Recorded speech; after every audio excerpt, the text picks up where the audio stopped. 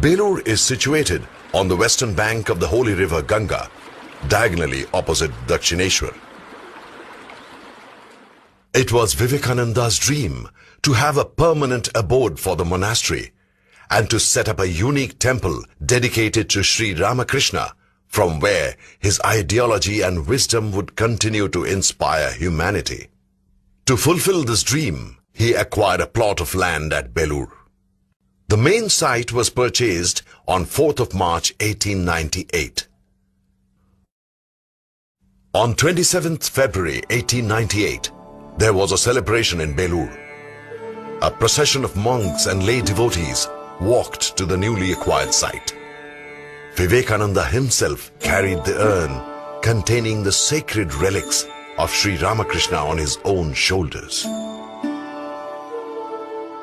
The urn was ceremonially worshipped, and Vivekananda prayed to his master to sanctify the place with his hallowed presence for the good of many and the happiness of the world.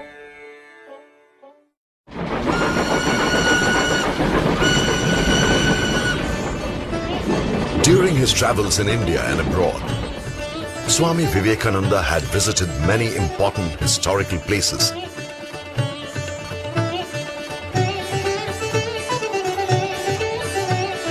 And had keenly observed various architectural symbols, icons, and motifs.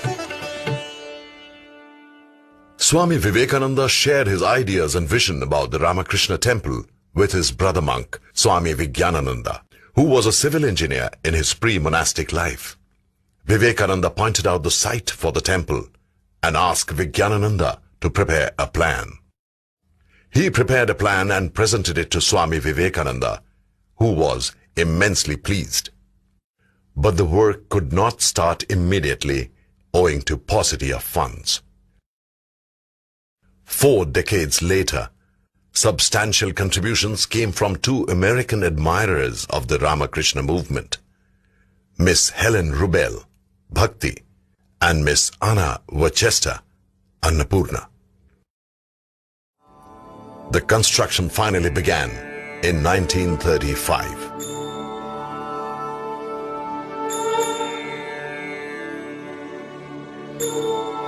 14th of January 1938.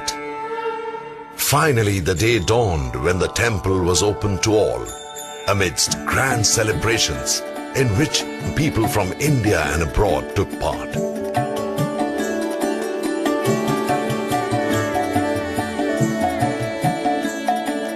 Swami Vijnanananda enshrined the pot containing the sacred relics of Sri Ramakrishna in the new temple, thus fulfilling the long-cherished dream of Swami Vivekananda. More than 100 years have passed since the inception of the Ramakrishna Mutt and Ramakrishna Mission. During this time, the organization has spread in many parts of India and several countries abroad. Sprawling over more than 40 acres of land on the western bank of the holy Ganga, Belur Mutt is an hour's drive from Kolkata.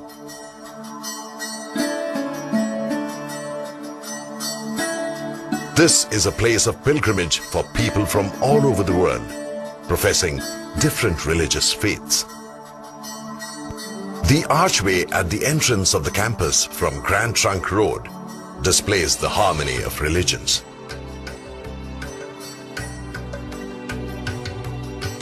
The asphalted road leading to the shrine is lined with trees on both sides. The lush green campus is a unique combination of serenity and sanctity. Swami Vivekananda envisioned the Ramakrishna temple as a unique monument symbolizing the harmony of religions and harmony of cultures. The architecture incorporates features of a temple, a mosque, a church, and a Buddhist monastery. The temple itself is built in light buff sandstone, which is found in the temples of Khajuraho and the palaces of Rajasthan. The facade or the front portion reminds one of the Gopurams, the majestic towers of South Indian temples. Above the main entrance is an exquisite carving of the emblem of the Ramakrishna order, designed by Swami Vivekananda himself. The wavy waters in the emblem are symbolic of karma or selfless work, the lotus of bhakti or devotion, and the rising sun of jnana or knowledge. The encircling serpent represents yoga, while the swan stands for Paramatman or Supreme Self. The ideal of the emblem is that by the union of selfless work, devotion, knowledge and yoga, the vision of the Supreme Self is obtained. Above the horseshoe arch encircling this emblem is a replica of a Shiva Linga, and on the two sides of the base of this arch are auspicious symbols of elephants with lotuses. The scroll endings above the double pillars at the two sides of the main entrance are similar to those in the Sanchi Stupa, conveying Buddhist influence. The three umbrella-like domes on the top are built in Rajput and Mughal styles.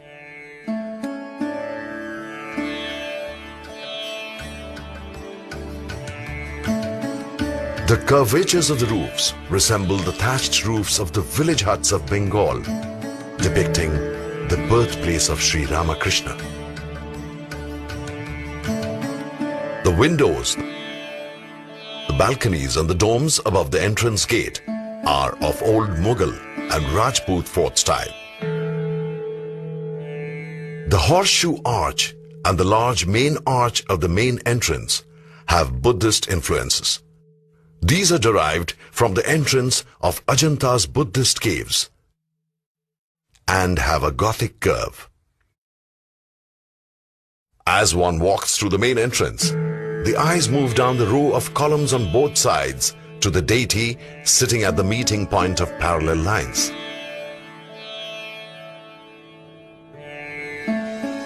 The spacious prayer hall is distributed in three parts, like the Christian church. The arched ceiling and pillars are all reminiscent of the Buddhist caves in Chaitya Hall of Nasik Pandulena.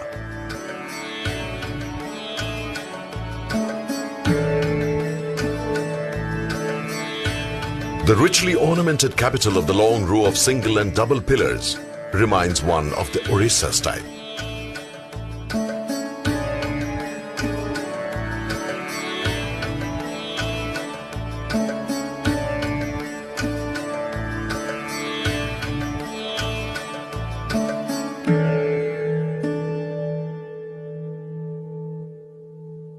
The beam above is supported by decorative brackets, like in South Indian temples.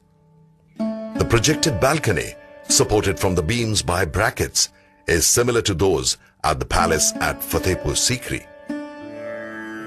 The sanctum attached to the prayer hall reminds us of churches, especially the plan of St. Peter's Church in Rome. The connected sanctum and prayer hall is uncommon in traditional Indian temple architecture. Inside the sanctum is the marble statue of Sri Ramakrishna, sitting in meditation on a full-bloomed lotus, sculptured by the eminent Gopeshwar Pal.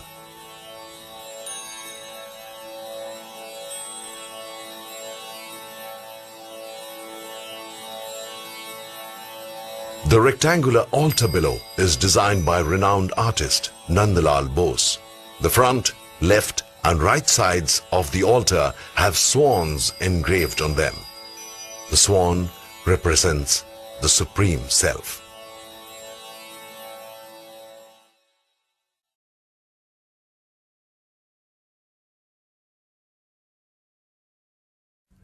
The circumambulation path outside the sanctum is highlighted by the statues of the 9 planetary deities, resembling ancient temple motifs.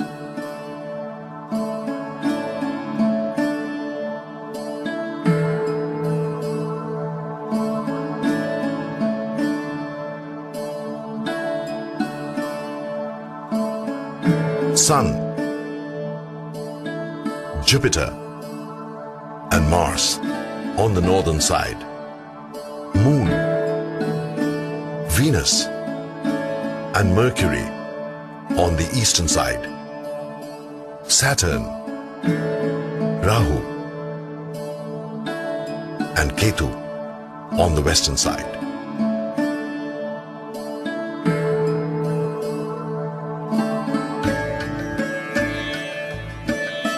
The roof of the temple is surmounted by a beautiful pyramidal composition of domes and pavilions. The curves of pavilions are similar to the Bengal temple roofs. The central dome is similar to the dome at St. Maria del Fiore in Florence.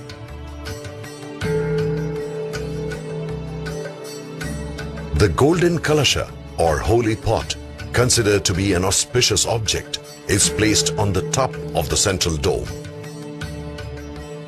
The side entrance gates resemble the elephant gateway of the Man Mandir at Gwalior Fort.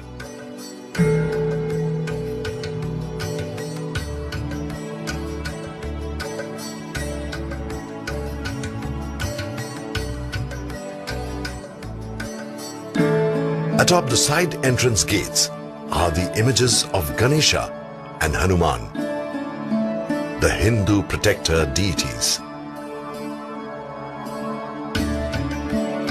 The speciality of the Ramakrishna temple is its ethereal beauty and its balance in architecture.